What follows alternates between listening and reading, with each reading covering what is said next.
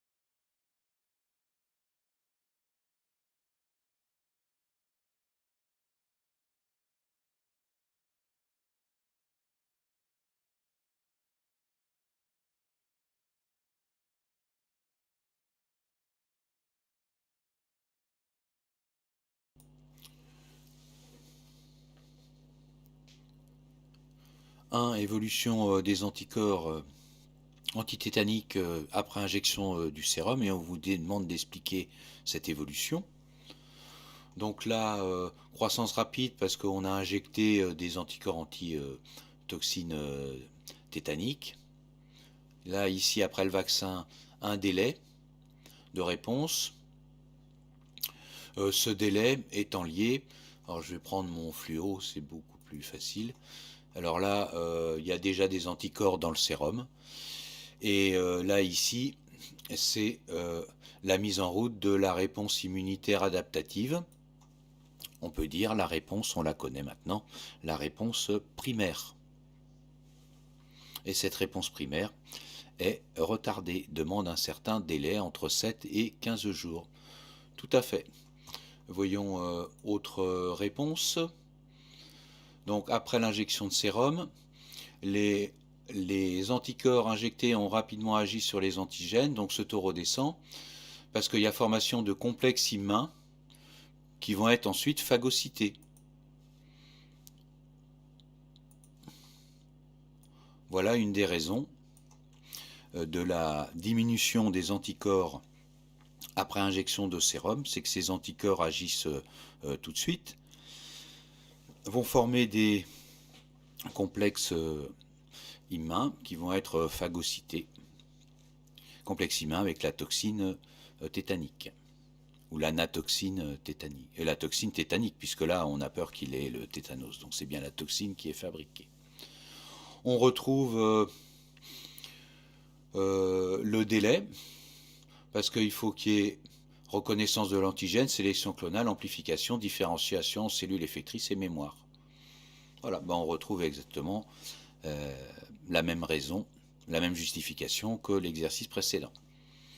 Là se rajoute la formation de complexe humain qui fait disparaître les anticorps injectés par le sérum. Là c'est intéressant, on a la présentation du graphique. N'oubliez pas, avant de saisir les infos, de présenter le graphique. Donc ça c'est l'évolution du taux d'antitoxine tétanique, donc d'anticorps antitoxine tétanique, alors UL, je sais, en unité, quand c'est UI c'est international, UL je sais pas, par millilitre de plasma, sur 9 semaines, comprenant injection de sérum et 2 injections du vaccin titanique super Oriane. On a bien donc, qu'est-ce qu'on mesure? C'est le taux d'anticorps anti-toxine tétanique, les unités. On a bien la variable, et là c'est bien, t'as pas mis en fonction du temps, on met pendant 9 semaines la durée du graphique, et on met les conditions de l'expérience, c'est-à-dire après injection de sérum, alors on pourra rajouter à quel moment, et injection du vaccin anti-tétanique. Voilà. Alors si on vous dit, et on rajoute les conditions encore, c'est chez un malade qui a une plaie, monsieur X, je sais plus quoi. Ok, donc ça c'est super, bien présenté, mieux vous présenterez votre graphique.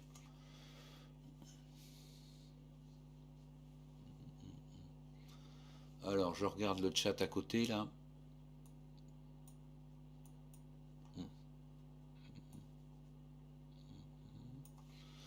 En pharmacologie d'unité internationale, bah c'est sympa. Ah, c'est énervant que j'ai pas la barre en dessous là pour pouvoir. Comment je peux faire? Ah, pour voir ça en entier. Ouais, à chaque fois, je suis obligé de déborder après. Ah oui, UI, c'est unité internationale. Bien. Je peux revoir l'exercice. Je regarde. Oui, c'est UI. Voilà, autant pour moi, donc c'est unité internationale, parce que je dis c'est UL. Mais vous pouvez mettre L, hein, parce que vous pensiez qu'effectivement c'était... non, c'est UI, unité internationale. Pas de souci, Oriane, oh là là, je continue. Voilà. Alors ici, l'explication suite... la mort des anticorps. Alors les anticorps, c'est une protéine. Il faut savoir que la durée de vie d'une protéine dans le corps, quand vous fabriquez une protéine, c'est 8 jours en moyenne. Ça peut aller jusqu'à 1 an. Ça veut dire, et ça c'est du sublime, ça veut dire votre corps là aujourd'hui, par rapport à il y a 1 an, toutes ces protéines ont été refaites.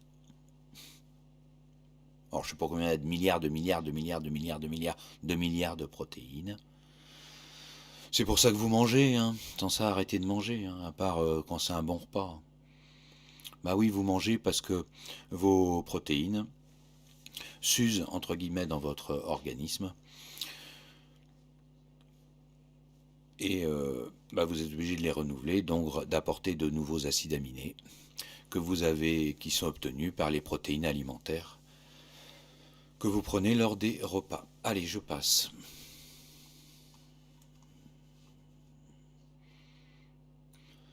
Et les protéines qui sont dégradées spontanément dans le corps, ça va donner de l'urée que vous avez dans les urines. Voilà. Concernant le taux d'antitoxine tétanique, on retrouve la notion de primaire retardée. Voilà, réponse primaire retardée, on a vu ça, super. Allez, je passe à la deuxième question. Comparer l'action du sérum à celle du vaccin. Quel est l'intérêt de la combinaison des deux procédés? Donc comparer, ce qui est pas mal, c'est de faire un tableau quand on vous demande cela. Il y a un élève qui a fait ça sous forme d'un tableau. Je regarde le tableau. Voilà, Oriane sous forme d'un tableau. Donc le sérum d'un côté, les vaccins ou le vaccin de l'autre. La réactivité, production d'anticorps. Devenir de ces anticorps. Et mode de fonctionnement. Bon. Est-ce qu'il y a un autre... après, il y a la réponse. Donc ici, sur la réactivité production d'anticorps, le sérum immédiate et lente. Alors si vous faites la correction, alors ici par rapport à réactivité anticorps,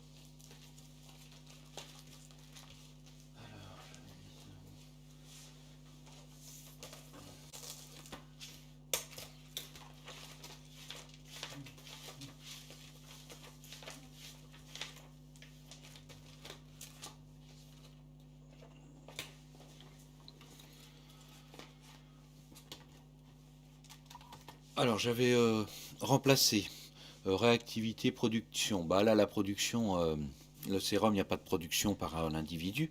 Donc on parle de protection. Bah, la protection ici, la protection, elle est immédiate. Donc protection pour le sérum, protection immédiate. Et la protection retardée.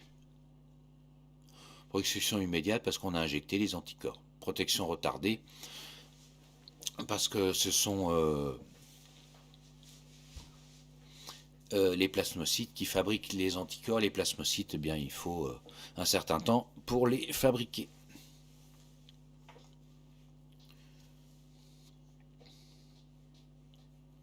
Le devenir des anticorps s'abaisse effectivement rapidement. Là, ça augmente, mais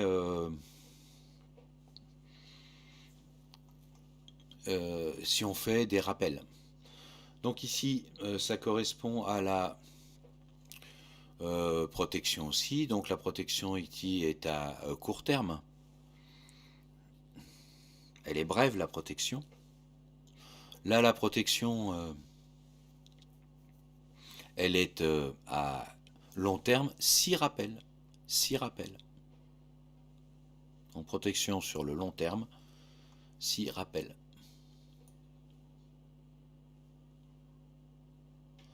Mode de fonctionnement, on injecte des anticorps. Et là, on injecte l'antigène. Tout à fait, avec tout cela. Donc on dit ici que l'immunité provoquée,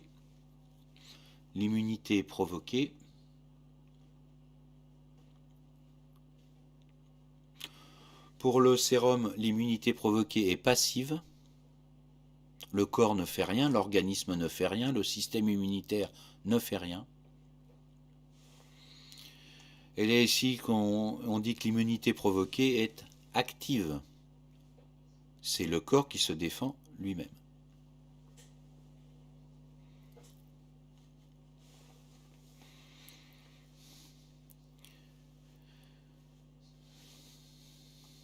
Pour la conclusion, je vais regarder les autres productions.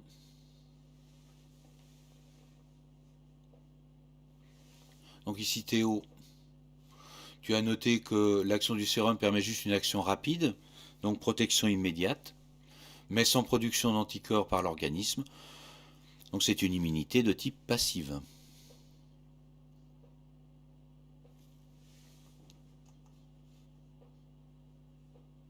Et elle est retardée, mais durable dans le temps, donc immunité à long terme. La combinaison des deux procédés permet de garder assez d'anticorps antitoxines dans le plasma pour protéger l'individu. Voilà.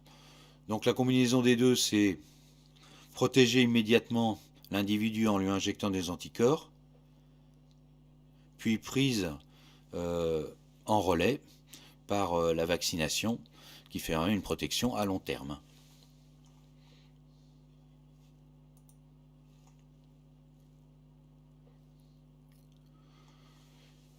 Donc une action immédiate. Action immédiate. D'éliminer l'antigène.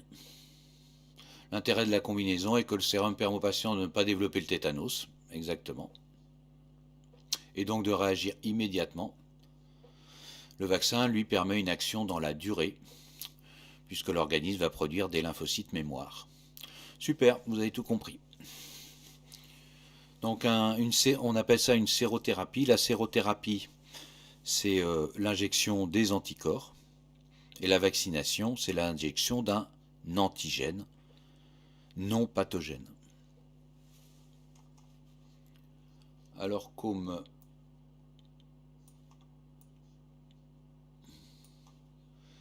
à 2 semaines et demie, malgré le fait qu'on reste en zone de protection, a-t-on plus de chances de tomber malade? Oui, alors plus de chances, on appelle ça un risque. Alors le fait qu'on reste en zone de protection, a-t-on plus de risque de tomber malade? Alors revenons à l'exercice. Voilà, ici, j'agrandis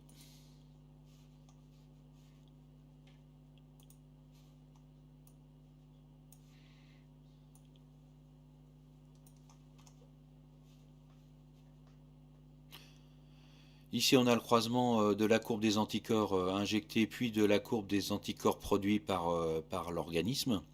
Nous sommes dans une zone de protection, donc le tétanos est toujours combattu, la toxine tétanique. Il n'y a aucun risque et on n'a pas plus de risque de tomber malade. Là ici c'est la plaie.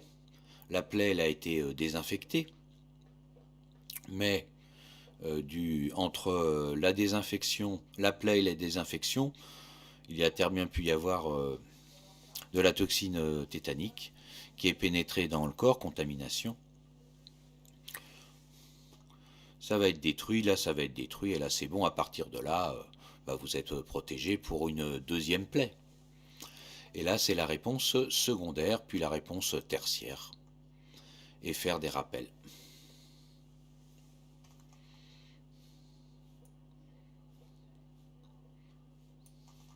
Nous passons au cours.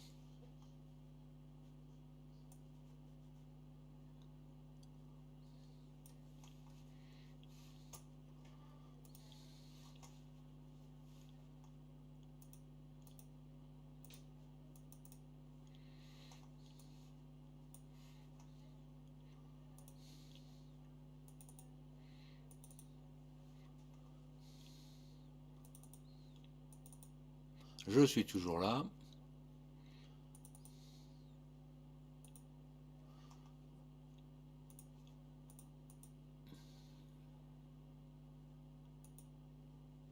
Ah oui, j'ai oublié de dire, vous avez parlé à chaque fois, oh oui, je reviens ici, je reviens juste là, quand vous analysiez l'évolution des anticorps déclenchés par la vaccination, hein, donc la courbe en rouge, vous disiez que les anticorps n'apparaissaient qu'au bout d'une semaine. Ceci était lié à la réponse immunitaire adaptative. Or, je rajouterais la réponse immunitaire innée. Il faut absolument qu'il y ait une réaction inflammatoire pour qu'une cellule présentatrice de l'antigène présente l'antigène au lymphocyte TCD4, qui va ensuite sécréter de l'interleukine pour stimuler les lymphocytes B spécifiques reconnaissant la toxine tétanique. L'anatoxine pour le vaccin tétanique. D'accord? Mais je crois que le cours, on l'a fait la dernière fois. Maintenant, j'y suis. Le cours, on l'a fait la dernière fois. Je n'y reviens pas. Dites-moi oui ou non. Dites-moi non, cours vu. Ça va gagner du temps.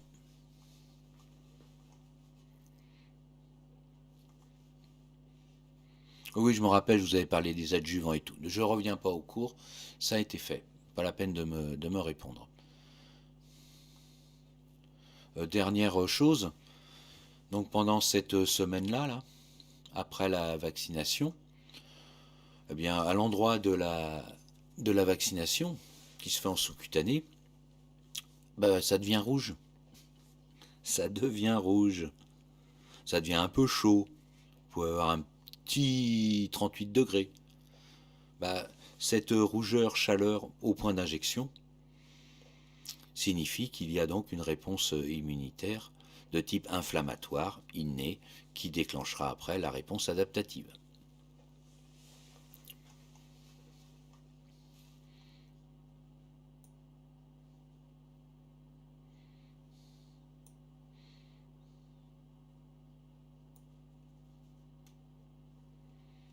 Ah.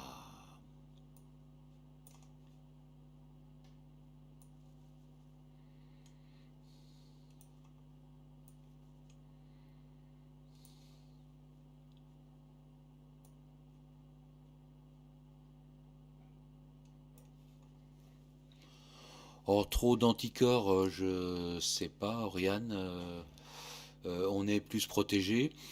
Non, il y a une zone de protection. Si je reprends le graphique ici, là, voilà.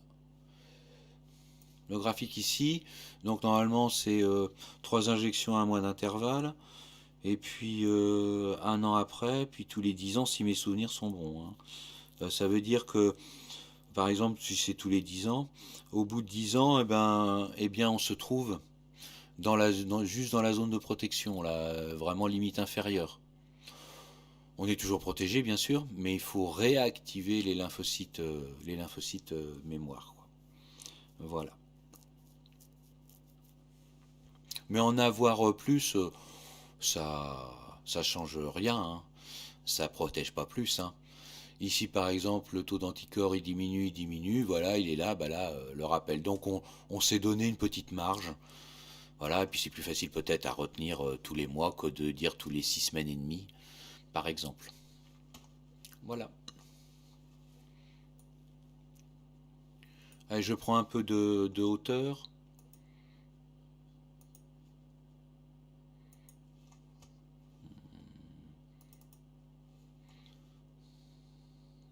À chaque fois que vous m'entendez dire prendre de la hauteur, donc dire qu'on revient sur la feuille polycopiée de début d'année sur le programme.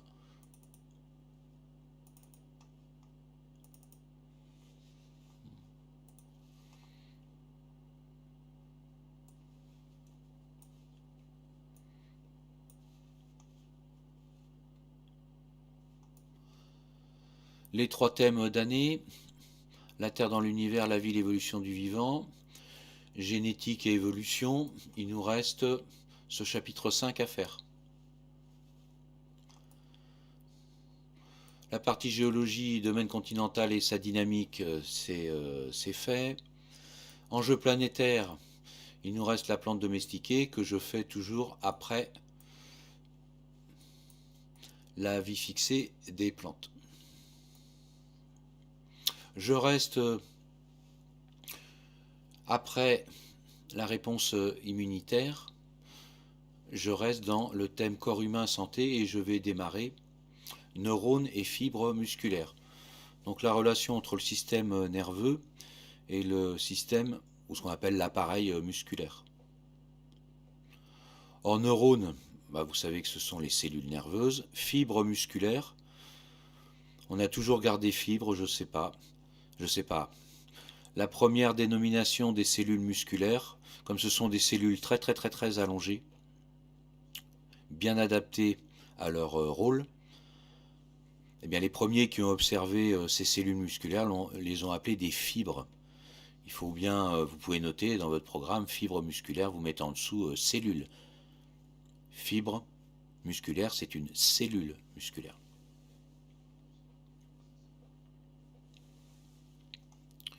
Trois parties, 3 chapitres. Le premier, réflexe myotatique.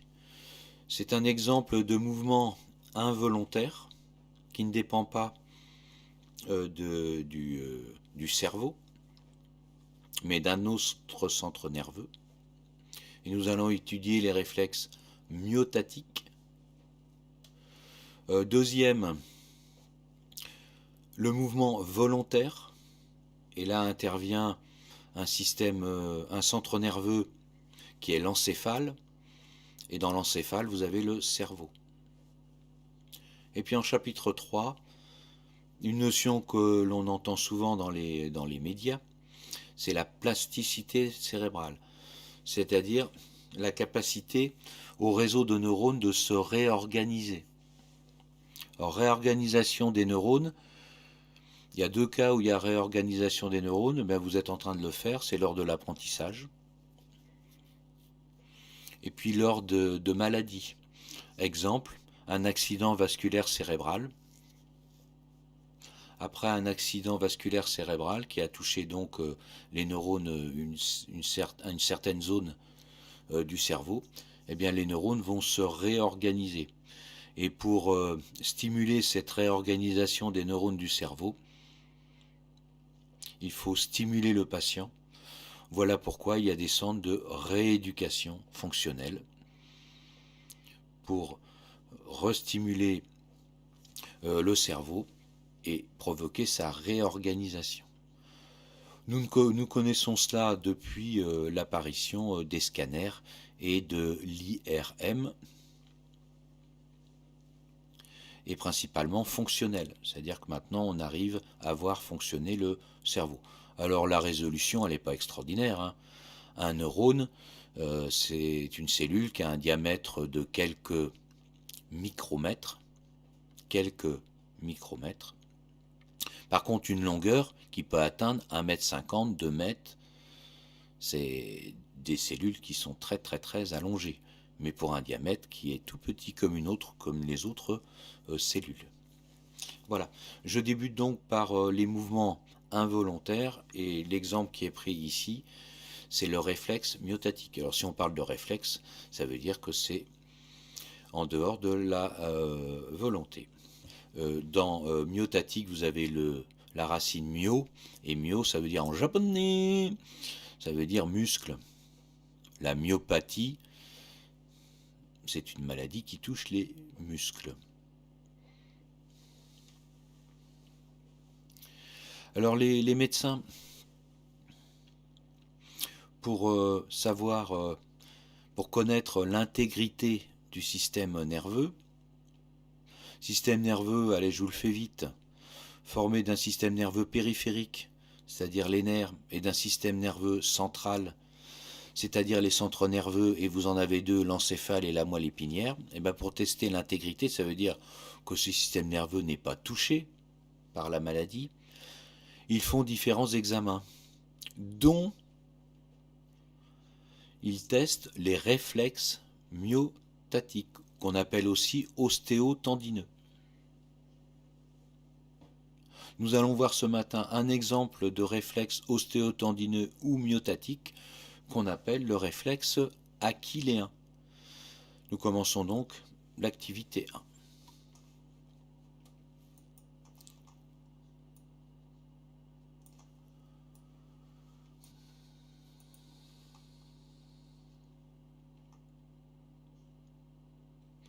Oriane, alors ta question c'était... alors oula, j'ai l'impression que j'ai pas... Oui, c'est bon. Ta question était pourquoi la zone de protection n'est pas jusqu'en haut sur le graphique.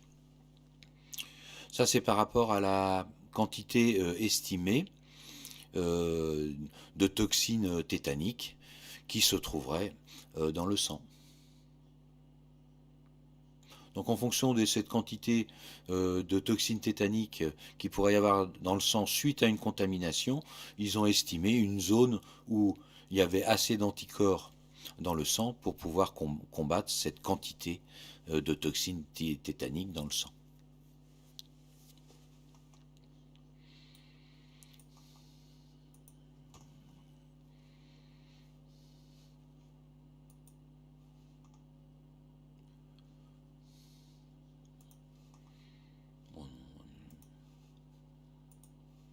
Je ferme les fichiers concernant l'exercice sur la sérovaccination.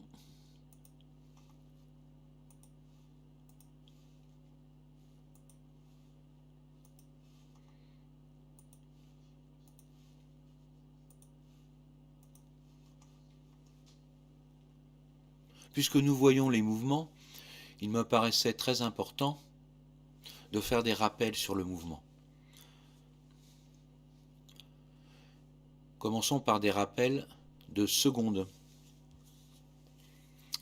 C'était le thème corps humain et santé, le corps à l'effort.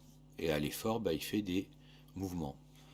Un mouvement, c'est un déplacement d'un segment de membre par rapport à un autre segment de membre, les deux segments de membre étant séparés par une articulation.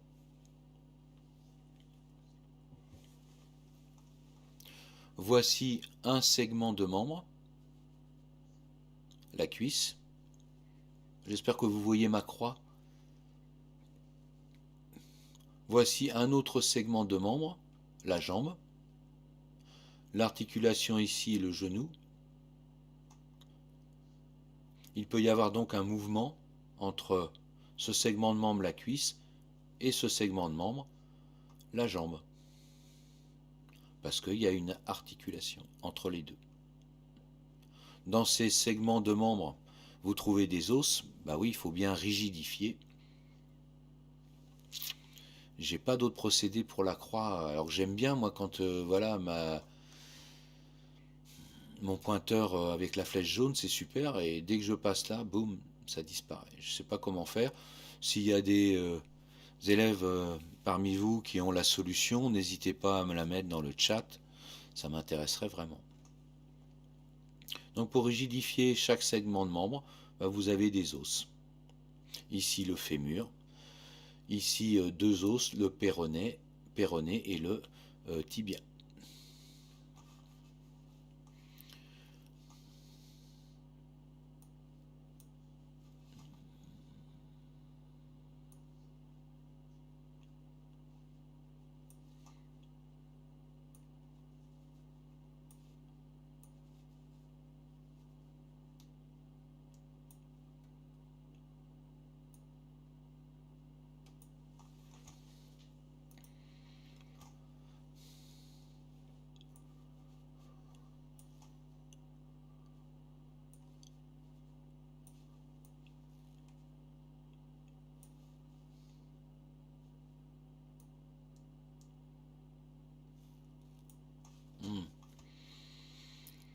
Il vous était demandé de délimiter les trois segments de membres inférieurs, de figurer par une flèche rouge la flexion du pied et par une flèche bleue l'extension du pied, dessiner en rouge les structures anatomiques permettant le fléchissement du pied sur la jambe et en bleu l'extension. Regardons vos productions. J'avais demandé à 6 élèves de m'envoyer leurs productions. J'ai reçu toutes les productions. Je vous laisse regarder.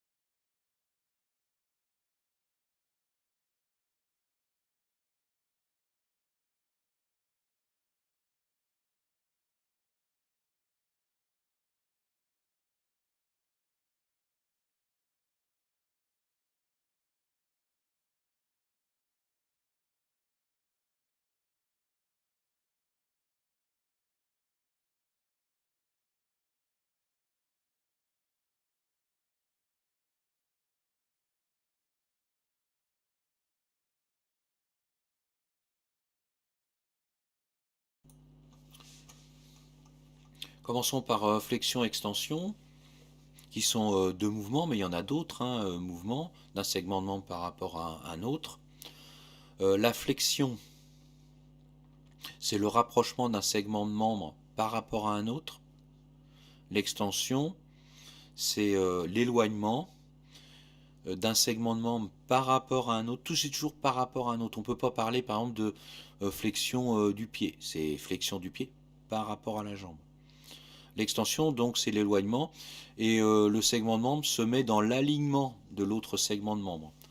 Donc ici, si le pied fait ce mouvement-là, il s'éloigne de ce segment de membre et se met dans l'alignement. Donc c'est bien l'extension. Or la flèche, elle part toujours Elle part toujours du segment de membre qui se déplace. Donc quand vous faites un mouvement par exemple du pied, votre flèche elle doit partir du pied. Et elle part pas de là par exemple. Elle part d'ici et ma flèche bleue, elle va aller dans ce sens-là. Voilà. Là, la flexion, elle part du pied, la flèche, et elle va vers la jambe. Enfin, un demi-cercle comme ça qui se termine par une flèche. Voilà. Ici, vous avez le muscle extenseur, je suis d'accord. Vous avez le muscle fléchisseur du pied, je suis d'accord. Alors ici, mécaniquement, ça ne va pas fonctionner. Hein. Ça ne va pas fonctionner, pourquoi? Parce que le muscle, là, il n'est pas relié à un os du pied. Alors, il peut se contracter. Contracter, ça veut dire qu'il va se raccourcir, mais il va tirer sur quoi? Sur rien. Donc le pied, il ne va pas bouger. Hein. Le muscle, il n'est pas relié directement à un os. Le muscle est relié par un os, par un tendon. Donc si l'os là, il est dans le mollet, mais il n'est pas relié à un os du pied, bah, il peut se contracter, ça ne changera rien pour le pied. Hein. C'est une question de mécanique. Voyons les autres productions.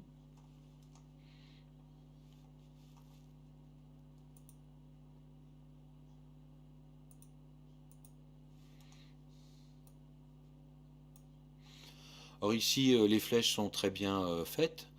Les flèches partent bien du pied et vont vers le segment de membre au-dessus.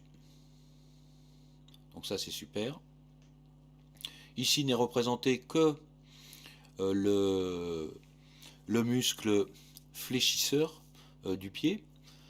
On voit qu'il est relié par deux tendons aux os. Alors il n'est pas relié à la rotule. Hein. Il est relié ici au niveau de la partie supérieure du tibia. Et puis là, on voit bien le tendon qui relie le muscle. Et d'ailleurs, regardez là. Hop, je vais me mettre en visio là. Vous avez quand même de la chance par rapport au mouvement. Eh bien, vous avez une anti-sèche sur vous. Et c'est la seule anti-sèche qui est tolérée lors d'un examen. Si vous faites un examen d'anatomie, bah, vous pouvez palper sur vous où sont les muscles. Hein. Bah, on peut rien vous dire, parce que sans ça, ou alors, faut apporter que la tête hein, lors du jour de l'examen. Donc ici, alors, je monte mon... Et puis je vais mettre de l'éclairage. Vous pouvez le faire, hein. Pour une fois qu'on a une anti-sèche sur nous. Voilà, hop là. Alors, comment je me mets? Je vais me mettre comme ça. Ouais, je suis en chaussons. Incroyable, gars. Oui, bon, bah, qu'est-ce que vous voulez? Hop là. C'est un peu trop fort. Voilà. Ici, bah, faites-le sur vous, hein. Ici, vous avez la crête du tibia. Vous sentez très bien cette crête là. Voilà. Ici, vous avez la rotule au-dessus. Donc vous avez la crête du tibia. Et vous sentez très bien le tibia ici. Et côté externe, vous sentez très bien le muscle ici. Et c'est le muscle fléchisseur du pied sur la jambe. Regardez, quand vous remontez votre pied vers la jambe, vous sentez très bien le muscle se contracter et il augmente de volume. Il augmente de volume. Quand il augmente de volume, ça veut dire qu'il est en train de se raccourcir là. Il se raccourcit. Et en se raccourcissant, il occupe un volume plus important. Il occupe un volume plus important parce que, comme disait Lavoisier, rien ne se perd, rien ne se crée.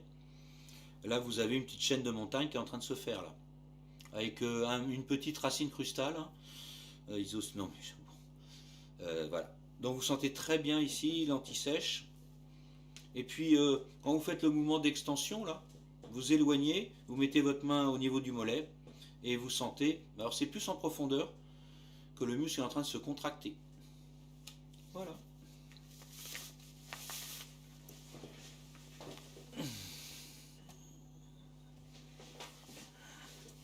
Allez, je reprends.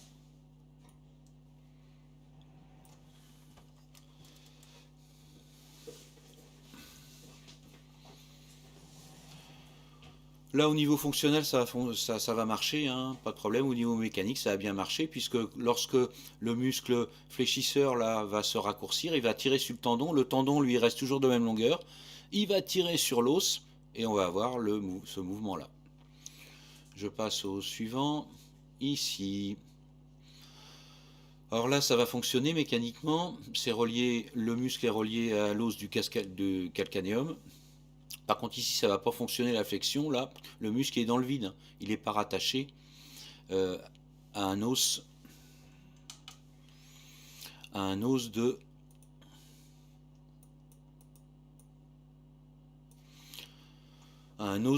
du pied. Autre. Alors ici mécaniquement ça fonctionne super. Parfait.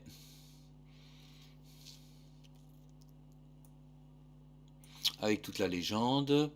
Alors, au niveau muscle, où est la légende? Oui, muscle flexion. Autre. La cuisse, la jambe, le pied. Mécaniquement ça fonctionne bien. Muscle fléchisseur, muscle extenseur. Ici, alors ici ça fonctionne mécaniquement aussi. Alors, Com, merci. Alors, regardons ce que tu as noté. Alors, tu es allé voir sur Internet. Moi, j'y suis aussi allé, mais au bout d'une minute, bon, j'ai arrêté un peu. Vous voyez le pointeur en bleu au-dessus du document.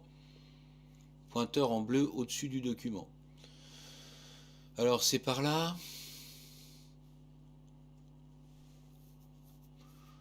Il y a une main, cliquez dessus. Ah oui, d'accord. Ok, super. Oh bah si, c'est génial, hein. Génial, merci Com. Si, ça se voit beaucoup mieux, hein. On peut applaudir Com.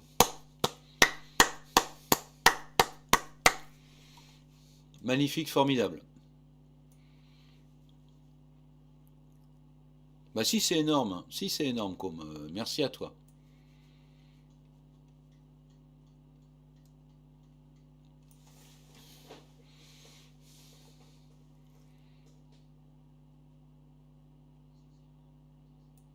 Bah, une main à la place d'une croix, moi je trouve ça super. Vous avez mis des muscles pour certains, des noms de muscles. Super, hein. Ce n'est pas exigible en SVT. Par contre, ce qui est exigible, je reviens,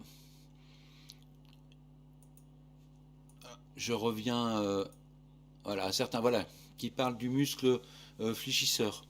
Muscle fléchisseur, alors là, ce qui est exigible, c'est de dire fléchisseur de quoi, de quel segment par rapport à quel segment. Donc ici, c'est le muscle fléchisseur du pied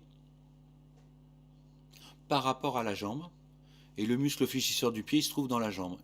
Le muscle qui déplace un segment de membre se trouve toujours dans le segment de membre qui est au-dessus. Toujours. Par exemple, les muscles qui permettent de, voilà, de faire les mouvements des doigts.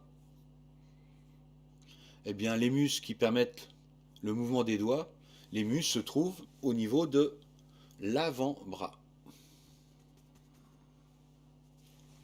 Voilà, les pianistes qui bougent leurs doigts en permanence, bah, ils ont des gros avant-bras.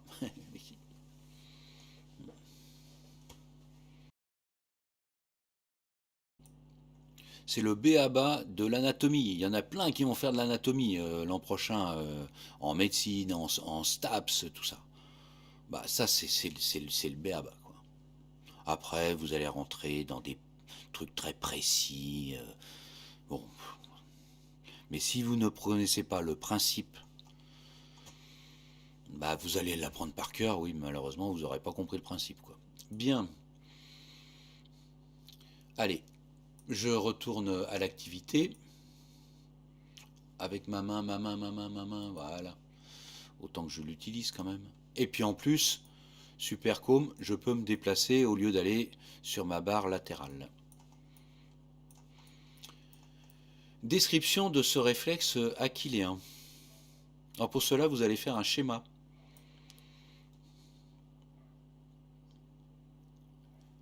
Le schéma, il est là. Voilà. Il n'est pas très beau, hein. On rigole pas, je dessine très bien.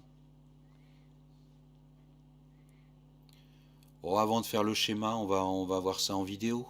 Allez, j'ai fait un petit montage de quelques vidéos que j'ai trouvées sur internet. Regardons ces vidéos. Il n'y a pas de son sur les vidéos, hein. Donc n'attendez pas à quelqu'un qui parle ou de la musique ou tout, il n'y a rien du tout. Il n'y a que moi qui ferai des arrêts sur image par rapport au montage.